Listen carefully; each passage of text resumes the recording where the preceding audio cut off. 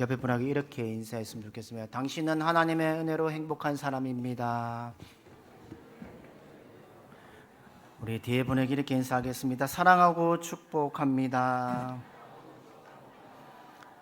10월의 두 번째 주일 오신 여러분 환영합니다. 오늘은 말씀의 제목을 참된 섬김의 사람이라는 제목으로 함께 말씀을 나누고자 합니다.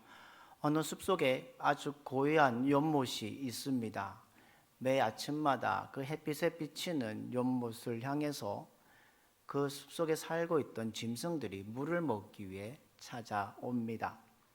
찾아와서 무엇을 하냐면 자기 몸을 연못에 비춰봅니다. 각자 자신들의 모습들을 보고 있는데 그 가운데 한 동물이 옵니다. 바로 숫사람입니다. 숫사슴입니다. 그 사슴이 와서 물에 비추는 모습을 봅니다. 뭘까요? 자기의 뿔이 넘어져도 멋있게 생기지 않았습니까? 자신의 뿔이 너무나도 멋있어서 이리저리 연못속을 비추고 있습니다. 그러면서 속으로 이렇게 얘기합니다. 야, 저기 있는 놈들은 뿔도 없고 머리도 없고 못생겼고 참 불쌍하다 생각하고 봐, 내 뿔이 얼마나 좋냐? 내 나뭇가지로 쭉 뻗은 이 뿔이 얼마나 좋으냐? 그럼 자기 혼자 자기 도취에 빠져서 그 모습의 연못에 비춘 채 감동하고 있습니다. 그런데 갑자기 사자가 나타납니다. 사자가 찾아왔을 때 다른 동물들은 숲속으로 뛰쳐 도망갑니다. 그런데 자기 혼자 거기에 매몰려 있던 그 숫사슴은 나중에 늦게 발견하고 도망쳤지만 사자의 먹이가 되고 말았습니다. 그리고 특별히 사슴은 그의 머리에 난 뿔 때문에 걸려서 죽었다고, 불에 걸친 가운데 사자에게 죽었다는 얘기입니다. 자기 분수를 모르고 교만하면 망한다는 교훈에 있는 것이 이솝우화의 한 내용이지요. 여러분, 우리가 살아가는 사람들 가운데요, 대부분 높아지기를 원하십니다. 섬김을 받는 것보다 섬김을 받고 싶어하는 사람들입니다. 특별히 우리나라에는요, 장유유서 의식들이 있습니다. 그리고 뭐가 있냐면 서열 의식들이 있습니다. 한국인의 의식 구조 속에는요, 서열 의식을 가장 가지고 있습니다. 재밌는 이야기가 하나 있는데요, 예전에 기차를 타고 가는데 한 연세 드신 분과 한 젊은 청년이 그 옆에 같이 앉았습니다. 그런데 이 사람이 어떤 이름을 가졌는지 어떤 곳에 사는지 물어보지 않고 그냥 가고 있는데 그 연세 드신 분이 이렇게 묻습니다. 자네 성씨는 어디입니까? 물었더니 저는 이십니다 라고 했다는 겁니다. 그랬더니 어른이 이렇게 말했습니다. 그럼 본이 어디입니까? 라고 물었더니 전주이십니다 라고 했다는 겁니다. 그래, 나도 같은 전주이신데 그러면 자네는 전주이시 무슨 파인가? 라고 했더니 저는 세종대왕 임영대군파입니다. 그랬더니 어르신이 나도 거기 때 이렇게 얘기했다는 겁니다. 그러면서 그러면 자네는 몇 대 손인가? 라고 어르신이 물었습니다. 그랬더니 저는 22대 손입니다 라고 했더니 그러자 노인의 말이 갑자기 부드러워지면서 나는 24대 손인데, 이때부터 말이 달라졌다는 겁니다. 젊은이가 노인에게 말을 놓습니다. 그러면 내가 당신의 할아버지 뻘이 되네요. 그러면서 그렇게 웃던 노인이 길을 펴지 못하고 쩔쩔매는 사건이 있었습니다. 이게 한국 사회 속에 나타난 서열의식, 학렬의식이지요. 이것은 우리나라만이 가지고 있는 것입니다. 양반, 상놈, 족보, 학렬, 서열의식에 나오는 것이지요. 여러분, 회사에 취직하면 어떤 것을 먼저 물어보신 줄 아십니까? 너는 대학에 몇 학번이냐고 먼저 묻습니다. 그렇지요? 그리고 같은 학번이라도 재수에 따면 내 출생연도가 다르다고 얘기하는 사람들이 있습니다. 또 뭐가 있습니까? 같은 해 같은 달이면 또 날짜를 따져서 꼭 서열을 매기려고 합니다. 이게 세상의 사람들만 있는 줄 아십니까? 목회자들도 그런 것이 있습니다. 목회자들이요, 꼭 면접을 가나 뭐 하면, 저도 어제 장례 시간에 우리 목사님 목사님 딱 묻는 분이 이래요. 자네는 장신대 몇 기냐? 라고 먼저 묻습니다. 신학대학 기수를 따지고 아래면 나이가 많아도 아랫사람처럼 취급하는 시대를 살고 있습니다. 그래서 나이 들어 신학을 한 사람들은요, 아주 기분이 나빴던 시대도 있습니다. 그래서 나를 형님이라 부르게 하는 이런 한국 자체의 의식이 있다는 것이죠. 우리 한국 사회의 윤리 형성의 유교는 가장 깊은 영향을 끼쳤습니다. 그래서 기독교가 들어오기 전까지는 우리나라의 도덕의식이 참 좋았습니다. 지켜왔습니다. 그러나 성숙한 미래를 향하는 이 시점에서 우리는 또한 유교의 역기능을 봅니다. 뭐냐면 지나치게 어른 중심, 권위주의 중심을 봅니다. 예수님은요, 우리 그리스도에게 그런 권위주의를 버리고 섬기는 사람이 되라고 오늘 말씀해 주고 있습니다. 오늘 본문 말씀 보십시오. 마가복음 9장 30절에 32절 말씀 보십시오. 우리 말씀을 같이 읽도록 하겠습니다. 마가복음 9장 30절 32절 말씀을 같이 읽겠습니다. 시작. 그곳을 떠나 가운데로 지날새 예수께서 아무에게도 알리고자 아니하시니 이는 제자들을 가르치시며 또 인자가 사람들의 손에 넘겨져 죽임을 당하고 죽은 지 3일 만에 살아나리라는 것을 말씀하셨기 때문이라. 그러나 제자들은 이 말씀을 깨닫지 못하고 묻기도 두려워하더라. 아멘. 예수님께서 3년의 공생애를 마쳐가는 이 시점에서 자신은 이제 십자가의 죽으로 간다고 제자들에게 말합니다. 그런데 제자들은 그 내용에 대해서 깨닫지는 못하고 그리고 묻는 것도 두려워한다고 오늘 본문은 말하고 있습니다. 자신들은 지금 예수님이 왕이 되셔야 하는데 높은 차지에 차지하는 마음이 있는데 왜 예수님이 죽으려 하시는가? 도저히 이해할 수 없었던 12 제자들, 이해하지 못하니까 엉뚱한 행동을 하니까 예수님께서 오늘 본문 속에 보면 한 어린 아이를 통해서 말씀해 주고 있습니다. 오늘 본문 말씀 마가복음 9장 33절에서 37절을 보십시오. 우리 마가복음 9장 33절 37절 말씀을 같이 읽겠습니다. 시작. 이르러 집에 계실새 제자들에게 물으시니 너희가 길에서 서로 토론한 것이 무엇이냐 하시되 그들이 잠잠하니 이는 길에서 서로 누가 크냐 하고 쟁론하였음이라. 예수께서 앉으사 12 제자들을 불러서 이르시되 누구든지 첫째가 되고자 하면 무사람의 끝이 되며 무사람을 섬기는 자가 되어야 하리라 하시고 어린아이 하나를 데려다가 그들 가운데 세우시고 안으시며 제자들에게 이르시되 누구든지 내 이름으로 이런 어린아이 하나를 영접하면 곧 나를 영접함이요 누구든지 나를 영접하면 나를 영접함이 아니요 나를 보내신 이를 영접함이라. 아멘. 예수님은 공생애 3년 동안 제자들과 이 가버나움에서 복음을 거의 전하셨습니다. 오늘도 가버나움의 집에 가서 머물러 있을 때에 제자들에게 예수님은 물으시는 부분입니다. 너희가 길에서 서로 토론한 것이 무엇이냐? 이 말씀에 제자들 오늘 뭐라고 말합니까? 아무 말도 못하고 있습니다. 잠잠합니다. 입이 있어도 말을 못하는 유구무원의 삶을 보입니다. 12명의 제자들이 길에서 토론한 것이 무엇이었습니까? 서로 누가 크냐? 라는 문제였다는 겁니다. 이 세 번역에 보면요, 서로 누가 크냐는 말을 어떻게 하면 서로 다투었다라고 되어 있습니다. 처음에는 서로 토론했습니다.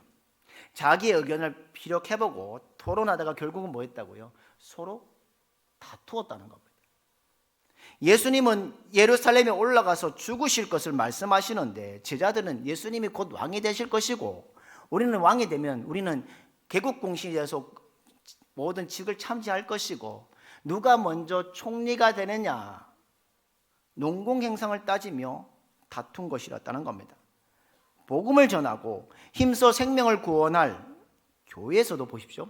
성도들이 서로 높아지려고 자존심을 내세우며 서로 다투는 싸우는 행동이 이 오늘 본문 속의 제자들과 같은 행동이라는 겁니다. 주님의 마음은 얼마나 아프시겠습니까? 답답하신 이 주님은 어린 아이 하나를 데리고 와서 제자들 가운데 세우시고 아이에게 안아주시며 말씀합니다. 오늘 보면 누구든지 자기를 낮추고 섬기는 자가 천국에서 높아지리라. 내 이름으로 이런 어린아이 하나를 영접하면 곧 나를 영접하는 것이요, 누구든지 나를 영접하면 나를 영접하는 것이 아니라 나를 보내신 이를 영접하는 것이라고 말씀하고 있습니다. 여기에 어린아이, 헬라어로 미크론입니다. 쉽게 말하면 뜻이면 작은 자입니다. 그 당시에 어린아이뿐만 아니라 우리가 속한 공동체의 연약한 자가 바로 어린아이 미크론입니다. 그러면 우리 교회에서 작은 자, 어린아이는 누굴까요? 새가족, 신앙의 처음에 살아가는 사람들이라는 겁니다. 사회 속에서 정당한 대우를 받지 못하고 가난하고 소외된 자가 어린아이 미크론이라는 겁니다. 육체적으로 병이 들어서 자유롭지 못한 사람들이 미크론 어린아이라는 겁니다. 그런데 오늘 예수님 뭐라고 말씀하십니까? 천국에서는 이들 한 사람 한 사람이 소중하고 귀하다고 말씀합니다. 이런 사람들을 사랑으로 섬겨 그들을 구원해내야 그가 천국에서 인정받는다라고 말하고 있습니다. 예수님은 나는 의인을 부르러 온 것이 아니라 죄인을 부르러 왔다고 말씀하셨습니다. 그리고 선포하십니다. 어린아이들, 세리와 창기들 또 함께하는 것을 예수님은 기뻐하시는 분이셨습니다. 그리고 어린아이를 영접해 보십시오. 약한 자를 섬겨 그들을 구원해 보십시오. 그러면 주님의 마음을 알게 될 것이고 그들이 천국에서 높은 자가 된다고 말하고 있습니다. 여러분도 학교를 다 다니셨지요. 한 학교마다 교훈이 있습니다. 학교에 교훈이 있지요. 이런 교훈이 있는 학교가 있습니다. 크고자 하거든 남을 섬기라 라는 학교에 교훈이 있는 학교가 있습니다. 그 학교 이름이 배제학당입니다. 오늘날의 배제중고등학교입니다. 1885년엔 4월 5일 부활절 아침에 제물포에 장로교 선교사였던 언더우드 선교사와 감리교 선교사였던 아펜셀러가 이 제물포항에 입항을 합니다. 그리고 복음의 씨앗들을 뿌려갑니다. 그러나 그 시대의 상황이 좋지 않아서 아펜셀러와 부부는 일본으로 돌아갔다가 다시 6월에 한국으로 돌아옵니다.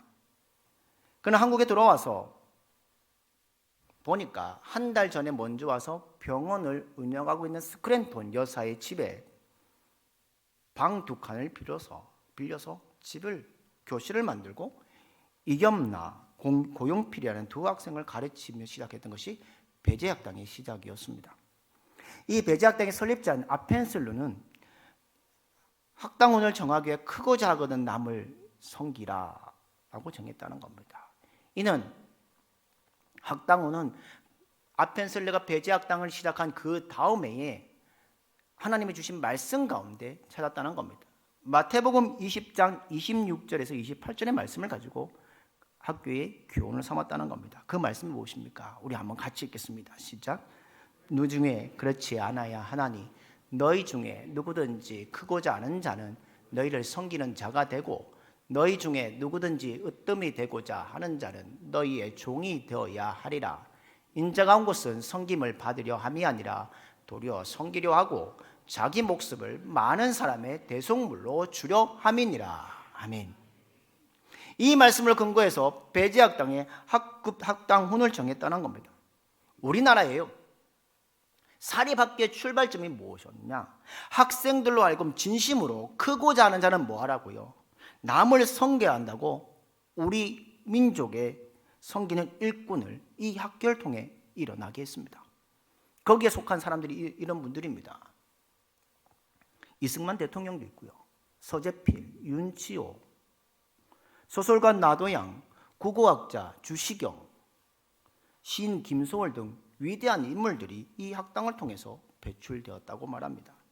그래서 배제학당을 설립하신 이 아펜셀러는 크고자 하거든 남을 섬기라는 그 교훈으로 자라난 그들이 이 땅을, 이 세계를 바꾸어 갔음을 봅니다. 사랑하는 성도 여러분, 대부분의 사람들의 공통적인 관심이 무엇입니까? 누가 크고자 하느냐? 누가 더 섬김을 높은 자리에 앉을 것인가? 그게 세상사의 관심사입니다. 월급을 누가 더 많이 받느냐? 누가 더 권력을 세우며 가지고 있는가? 누가 더 큰 집에 사는가? 누가 더 좋은 차를 몰고 다니는가? 누가 더 멋진 옷을 입고 사는가?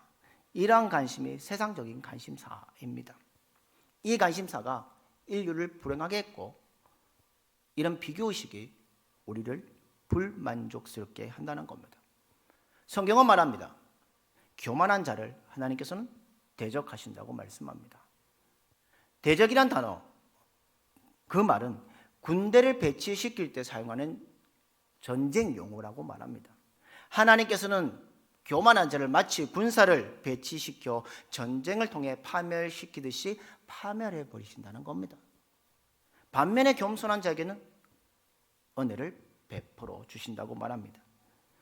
그럼 이렇게 생각하죠. 주님은 높아지는 것 자체가 틀렸다고 말씀하지 않으십니다.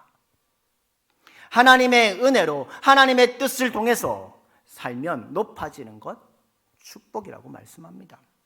저는 여러분과 자녀들이 사회 각처에서 인정받는 지도자가 되시기를 주님의 이름으로 축복합니다. 자기 분야에서 최고가 되고 훌륭한 사업가가 되고 부자가 되기를 바랍니다. 하지만 그럴수록 겸손한 자세로 섬겨야 합니다. 빌립보서 2장 5절에서 10절에 보면요, 예수님께서 하나님과 동등됨을 여하지 아니하시고 종의 형체로 이 땅에 오셨습니다. 그 말 하셨습니까? 죽기까지 낮아지셨고 나중에는 십자가의 죽으심까지 그 일을 감당하셨습니다. 그때 하나님이 뭐라고 말씀하시냐면, 예수님을 지극히 높여 모든 사람이 그분 주님께 무릎을 꿇게 하신다고 말씀하셨습니다. 대부분의 사람들 보십시오. 성공하면요, 마음이 우쭐해서 교만해집니다. 그리고 머지않아 실패하게 됩니다. 그러므로 실패했을 때보다 성공했을 때가 더 위험하다는 겁니다. 이런 것을 기억하시고 항상 겸손하도록 조심해야 우리는 성공할 수 있음을 기억해야 합니다. 자기를 낮추고 겸손하면 내 마음에 평안이 오고 기쁨이 있습니다. 겸손한 가족들이 모이면 그 가정이 평안하고 기뻐할 수 있습니다. 겸손한 사람들이 모인 교회와 기관들은 평안하고 기쁨이 넘칠 수 있다는 겁니다. 사랑하는 성도 여러분, 날마다 겸손한 믿음 가운데 살아가는 여러분들 되기를 주님의 이름으로 축복합니다. 해방 이후에요, 우리나라에 미국으로 유학을 간 1호 학생이 있습니다. 그런데 그 학생이 졸업 논문을 앞에 두고 있습니다. 그런데 하루는 논문 지도하는 교수님께 찾아갑니다. 교수님, 저 논문 안 쓰고 우리나라로 돌아가려고 합니다. 그랬더니 뭐라고 말하냐면, 왜 그러냐고 물었더니 지금 우리나라에 전쟁이 일어났습니다. 북한군이 쳐들어왔는데 그래서 저는 우리나라로 가려고 합니다. 그랬더니 교수님이 이렇게 말했다는 겁니다. 아니, 몇 달이면 학위가 나올 텐데 조금만 더 참지. 그러자 그 학생이 학위가 무슨 가치가 있겠습니까? 저는 조국으로 돌아갑니다 라고 하고 논문을 하지 않고 고국으로 돌아가서 국방부에 찾아갑니다. 자원 입대하려고 합니다.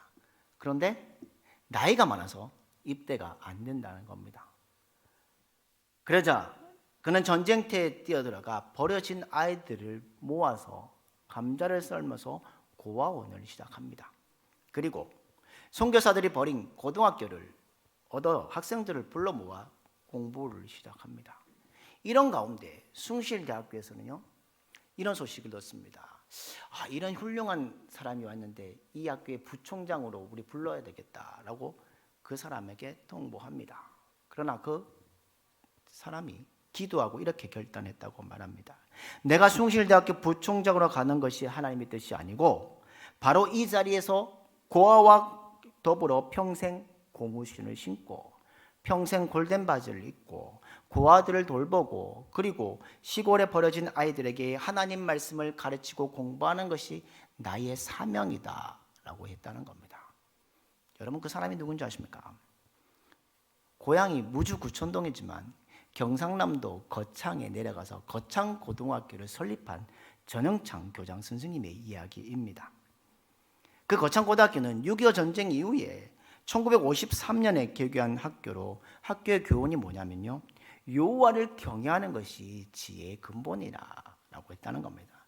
전국의 3% 이상의 성적을 받은 학생들이 그 학생들 소수를 뽑아서 한 학년에 4학급씩 12학급으로 운영되고 저는 기숙사를 삽니다. 학비도 1년에 기숙사비까지 그 전국의 명문대학을 가기 위한 학교로 성장했습니다. 여러분 많이 들어보셨죠? 그 거창고등학교에 직업을 선택하는 10계명이 있습니다. 들어보셨습니까? 화면에 한번 띄워주시죠. 저 10계명 한번 우리 같이 읽겠습니다. 시작. 월급이 적은 쪽을 택하라. 나를 필요로 하는 곳을 택하라. 승진의 기회가 거의 없는 곳으로 택하라. 처음부터 시작해야 하는 학무지를 택하라. 아무도 가지 않는 곳으로 가라. 장래성이 없다고 여겨지는 곳으로 가라. 사회적 존경을 받을 수 없는 곳으로 가라. 한가운데가 아니라 가장자리로 가라. 부모, 아내, 약혼자가 결세 반대하는 곳이면 틀림없다. 의심치 말고 가라. 왕관이 아니라 단두대가 기다리는 곳으로 가라. 얼마나 대단합니까? 이 10계명 가운데요, 왕관 쓰는 자리가 아니라 어디로 가라고 되어 있습니까? 단두대로 가라. 쉽게 말하면 가서 죽으라는 얘기입니다. 이게 학교의 가르침이었다는 겁니다. 가장 낮은 곳, 다른 사람들이 가지 않는 그곳 가서 뭐 하냐면 세상의 소금과 빛의 역할을, 그리고 세상을 섬기며 그들을 구원하는 것이 이 학교의 이념이며 가르침이었다는 겁니다. 그래서 그들은 하나님의 사랑을 가지고 사회 각지의 어두운 곳에 가서 세상을 섬기며 사는 것을 자랑스럽게 여겼던 사람들이 바로 거창고등학교 학생들이었다는 겁니다. 사랑하는 성도 여러분, 내가 누릴 권리가 있습니다. 내가 배운 만큼 당당히 누릴 권리가 있습니다. 그리고 땀 흘려 내가 번 돈도 있습니다. 사람들에게 칭찬받고 존경받기 원하는 마음이 있습니다. 그럼에도 불구하고 나보다 더 필요한 곳에 그것을 내려놓을 줄 아는 것이 바로 기독교의 정신이고 하나님의 자녀의 삶이라는 겁니다. 사랑하는 믿음의 성도 여러분, 하루 24시간 자유롭게 잠자고 옷 입고 맛있는 음식 먹고 취미 생활을 하고 즐기고 얼마든지 나를 위해 쓸 수가 있습니다. 그러나 집안일을 간단히 정리하고 주의 복음을 위해서, 주님을 증거하기 위해서, 교회를 섬기기 위해서, 이웃을 섬기기 위해서 흔쾌히 물질이나 쾌락이나 시간을 내려놓는 것, 이게 바로 성숙한 기독교인이고 성도의 모습이라는 겁니다. 사랑하는 성도 여러분, 주의 복음을 위해서, 주님의 증거하기 위해서 교회를 섬기며 이웃을 섬기며 그 모든 것 하나님 앞에 드리는 믿음의 성도들이 되시기를 주님의 이름으로 축복합니다. 한 잡지에 한 기독교 집사님 한 분의 글이 있었습니다. 그 집사님은 매주 수요일마다 막내딸과 함께 한 복지관을 찾아옵니다. 찾아와서 자기가 준비한 모든 것을 노숙자들과 무위탁 노인들과 함께 그 가운데 음식을 나누어 먹습니다. 그런데 어느 날 수요일 날 한 남자분을 모시고 온 겁니다. 근데 그 남자분이 누구냐? 그 집사님의 남편이었습니다. 근데 그날이 뭐냐면 그 남편의 해갑 날이었다는 겁니다. 모든 풍성을 준비해서 그분들과 함께 해갑 잔치를 벌였다는 겁니다. 뿐만 아니라 그분들은요, 5년 동안 차를 몰지 않고 대중교통을 이용해서, 그리고 그 복지관에서 구내 식당에서 밥을 먹으면서 모은 1억을 복지관에 기탁했다는 겁니다. 그것을 통해서 이 땅에 복음화가 시작되고 그것이 믿는 사람의 모습, 섬김의 모습을 보여주었다는 겁니다. 사랑하는 성도 여러분, 여러분 중에 남보다 부유한 분이 계십니까? 가난한 사람을 도우면서 하나님의 복 받는 일을 많이 하는 여러분들 되기 원합니다. 몸이 건강하십니까? 그렇다면 몸이 약한 사람들을 돕고 그들을 섬기고 진정으로 사랑하는 여러분들 되기를 주님의 이름으로 축복합니다. 우리가 한창 많이 불렀던 찬양이 하나 있습니다. 은혜. 꼭 10월 되면 감사의 계절을 맞이하면 은혜라는 찬양을 합니다. 그 은혜라는 찬양을 작사 작곡한 송경민 목사님이 계십니다. 그 목사님은요 40곡이 넘는 작사 작곡을 했습니다. 그런데 그 곡 중에 이런 곡의 제목이 있습니다. 나의 평생에 가장 복된 일은. 한두 달 전에요 찬양 예배 때 우리 청소년부 전도사님이 기타 치면서 했던 찬양입니다. 그 찬양의 가사가 어떤지 한번 보십시오. 우리 찬양의 가사를 한번 같이 읽어보겠습니다. 시작. 나의 평생에 가장 복된 일은 내가 예수님 만난 것이라. 나의 평생에 가장 잘한 일은 내가 예수님을 주로 섬긴 것이라. 이 세상 살 동안 내가 걷는 길이 때론 험하여서 넘어질 때도 죄의 강한 손이 나를 붙드시니 나는 예수님만 주로 섬기며 살리. 나는 주를 섬기는 것에 후회가 없습니다. 내가 걸어온 모든 시간 다 주의 은혜니 내가 걸어갈 모든 날도 주만 섬기며 살리.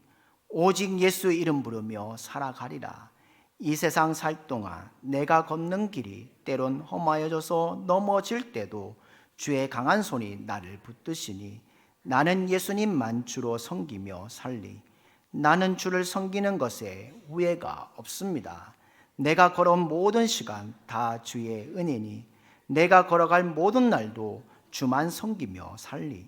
오직 예수 이름 부르며 살아가리라. 이것이 나의 간증이요 이것이 나의 찬송일세. 나 사는 동안 끊임없이 구주를 찬송하리로다. 나 사는 동안 끊임없이 구주를 찬송하리로다. 사랑하는 성도 여러분, 우리 평생에 가장 복된 일은 하나님을 만난 것이지만 내 평생에 가장 잘한 일은 내가 예수님을 주로 섬기는 것이고 그 섬김의 본을 보여주신 그 하나님의 삶을 따라가는 것이 참된 섬김의 사람들이라는 겁니다. 저와 모두가 잘 섬기고 대접하고 필요를 채워주고 최선을 다하는 곳이 어디일까요? 바로 우리 교회 성도들과 이웃들에게 이런 섬김을 통해 감동하는 자가 되어야 되지 않겠습니까? 감동을 주는 자가 되어야 되지 않겠습니까? 하나님을 섬기는 이들을 통해서 축복하시고 높여주신다는 이 약속의 말씀을 붙잡고 살아가는 여러분들 되기를 주님의 이름으로 축복합니다. 이 땅에 사는 동안 예수님이 섬김의 본을 보여주셨던 것처럼 우리도 이 땅을 살아가는 동안 섬김의 본을 살아가는 삶이 되시기를 주님의 이름으로 축복합니다. 섬김의 길을 통해 하나님이 주신 큰 복을 받아가는 여러분들 되시고 저 하늘나라에서 면류관을 받는 우리 모두가 되기를 주님의 이름으로 축복합니다. 이 하루, 이번 한 주간 우리 인생을 살아가는 동안 참된 섬김의 사람으로 세워지는 저와 여러분의 삶이 되기를 주님의 이름으로 축복합니다. 우리 교회가 참된 섬김의 사람들이 가득한 교회가 되어서 이 땅을 향해 주님의 일들을 감당하며 살아가는 귀한 길을 걸어가는 삶이 되기를 주님의 이름으로 기원합니다.